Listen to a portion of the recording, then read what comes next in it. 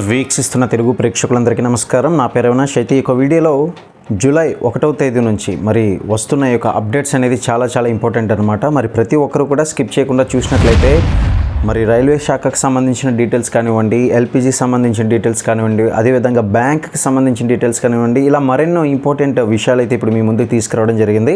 మరి ఈ యొక్క విషయాలకు సంబంధించిన ప్రతి ఒక్క అప్డేట్స్ అనేది ప్రతిదీ అధికారికంగా వచ్చిన అప్డేట్స్ అనేది పొందాలి అనుకుంటే ఛానల్ ఇప్పుడే ఉచితంగా సబ్స్క్రైబ్ చేసుకుని వీడియోని లైక్ చేయండి. ఇక లేట్ చేయకుండా డీటెయిల్స్ అనేది అయితే తెలుసుకుందాం.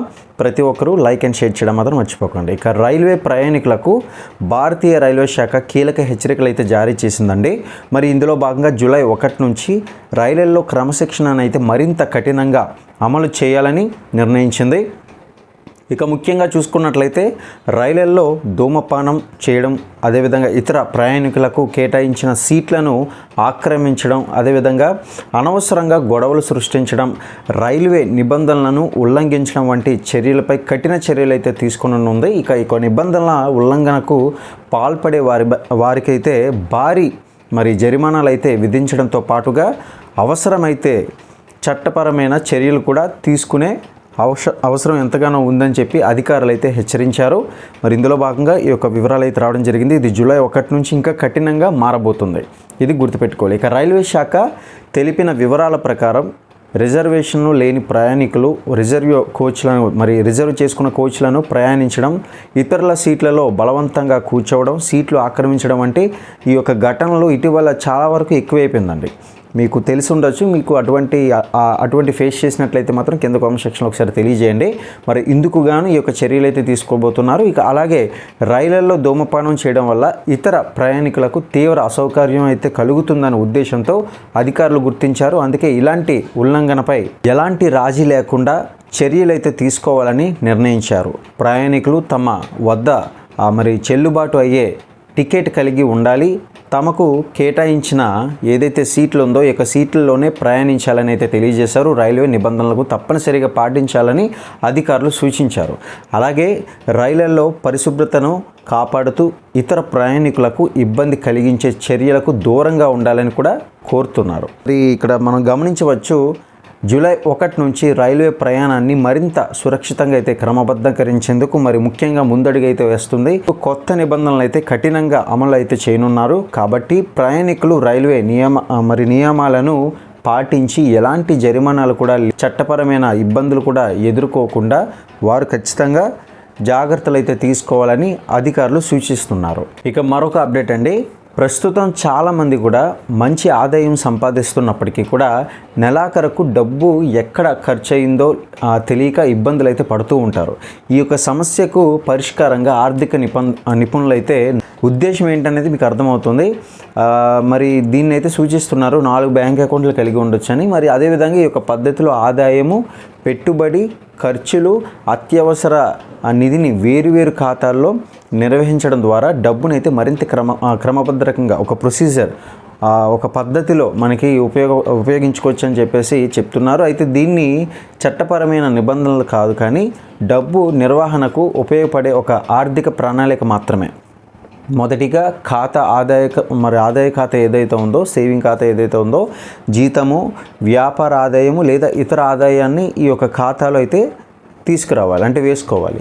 ఇక రెండవది పెట్టుబడి ఖాతా అయి ఉండాలి. ప్రతి నెల కూడా ఆదాయంలో కొంత మొత్తాన్ని కూడా ఈ యొక్క ఖాతా బదిలీ చేసి మ్యూచువల్ ఫండ్లలో కానీ, పీపీఎఫ్లో కానీ, ఎన్పిఎస్లో కానీ, ఇతర కొన్ని ఉంటాయి కదా సేవింగ్స్ అకౌంట్స్ లాంటివి, మరి అదేవిధంగా స్కీమ్స్ కూడా ఉంటాయి. మరి ఇటువంటి ఖాతాల ద్వారా దీర్ఘకాలిక పెట్టుబడుల్లో పెట్టాలని అయితే నిపుణులు సూచిస్తున్నారు. ఇలా గనక చేస్తే భవిష్యత్తులో మాత్రం మంచి సంపాదనలు అయితే సృష్టించుకోవచ్చనే ఉద్దేశంతో.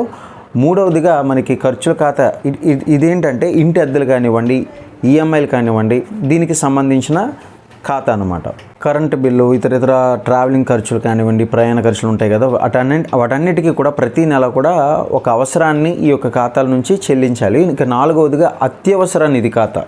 ఇది చాలా ఎమర్జెన్సీ ఫండ్ అనుకోవచ్చు. అనారోగ్యం కానివ్వండి, ఉద్యోగం కోల్పోవడం లాంటి ఇటువంటి ఎమర్జెన్సీ సిచ్యువేషన్స్ ఉంటాయి కదా, వీటి కోసం అంటూ ఇంకొక ఖాతాని అయితే ఉంచుకోవడం చాలా మేలు.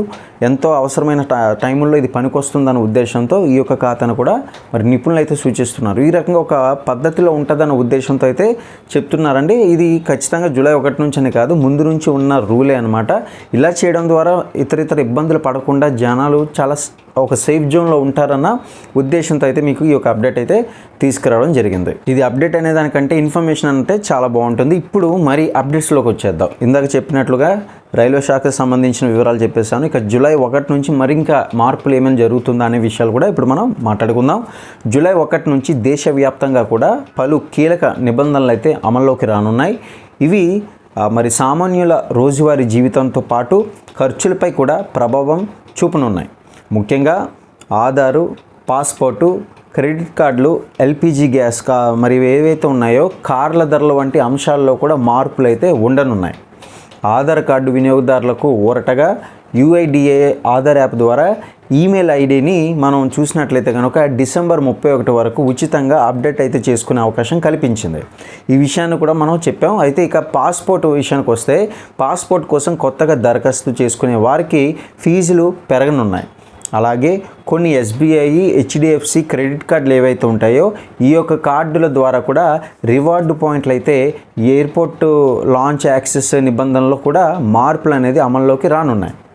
ఇవి కూడా గుర్తుపెట్టుకోండి. క్రెడిట్ కార్డ్ విషయంలో కూడా మనకి ఈ యొక్క రూల్స్ అయితే వచ్చాయి. జూలై 1 నుంచి అయితే ఇది అమల్లోకి రానున్నాయి. మరి దీనికి సంబంధించిన ఛార్జెస్ ఏవైతే ఉంటాయో అది పెరగబోతున్నాయి. కాబట్టి ప్రతి ఒక్కరు కూడా డీటెయిల్స్ అనేది ఇంకా కావాలి అనుకుంటే నేను దానికి సంబంధించి స్పెసిఫిక్గా బ్యాంకుకి సంబంధించిన డీటెయిల్స్ అన్నీ కూడా ఇవ్వడానికి ప్రయత్నిస్తాను. ప్రతి నెల మాదిరిగానే జూలై 1వ తేదీన LPG అదేవిధంగా CNG, PNG గ్యాస్ ధరలను చమురు కంపెనీలు సమీక్షిస్తున్నాయి. అంటే అంతర్జాతీయ మార్కెట్ పరిస్థితులను బట్టి ఈ యొక్క ధరలు అయితే పెరగవచ్చు లేదంటే తగ్గవచ్చు. అలాగే కియా మరి అదేవిధంగా టాటా మోటార్స్ వంటి చూసినట్లయితే ఈ యొక్క కార్ల ధరలు ఉన్నాయి చూసారా, మరి ప్రముఖ వంటి ఈ యొక్క సంస్థలకు సంబంధించిన ఈ యొక్క కార్లు ఏవైతే ఉన్నాయో ఈ కొన్ని ప్రముఖ ఆటో కంపెనీలు తమ వాహనాల ధరలను అయితే పెంచుతున్నట్లు ప్రకటించడంతో జూలై నుంచి కొత్త కారు కొనుగోలు చేయాలనుకునే వారికి మాత్రం అదనపు భారం అయితే పడే అవకాశం కనిపిస్తూ ఉంది. మరి ఇందుకోసమని ఈ విషయం తీసుకురావడం జరిగింది. ఎందుకంటే చాలామంది వాహనాలు కొనాలని ఉద్దేశంతో ఉన్నారు. కొంతమంది EV అంటే ఎలక్ట్రిక్ వెహికల్స్ కొనాలనుకున్న వారు కానివ్వండి, వారందరికీ కూడా మరి ఇటువంటి ఛార్జెస్ అయితే పడే అవకాశాలు కనిపిస్తూ ఉన్నాయి. కొన్ని సంస్థలు ఎక్కువగా దీని మీద ఫోకస్ పెట్టాయి. ఇక మొత్తంగా చూస్తే జూలై 1 నుంచి ఆధార్ సేవలు, అదేవిధంగా పాస్పోర్ట్ ఫీజులు, క్రెడిట్ కార్డ్ నిబంధనలు, LPG ధరలు, కార్ల ధరలు వంటి అనేక అంశాల్లో మార్పులు అయితే మరి జూలై 1వ తేదీ నుంచి అయితే అమల్లోకి రానున్నాయి. అందువల్ల ప్రజలు ఈ యొక్క కొత్త నిబంధనలపై ముందుగానే అవగాహన కలిగి ఉంటే మరి అనవసరంగా ఇబ్బందులు పడకుండా ఉంటారన్న ఉద్దేశంతో ఈ వీడియో అయితే మీ ముందుకు తీసుకురావడం జరిగింది. మరి వీటన్నిటిమే కూడా జూలై 1 నుంచి అయితే మరిన్ని కొన్ని ఇంపార్టెంట్ అప్డేట్స్ అయితే వస్తాయి కాబట్టి దానికోసం డీటెయిల్గా చెప్పడానికి ప్రయత్నిస్తాం. ప్రతి ఒక్కరు కూడా ఛానల్ని సబ్స్క్రైబ్ చేసుకొని వీడియోని లైక్ చేయండి, షేర్ చేయండి. Thank you.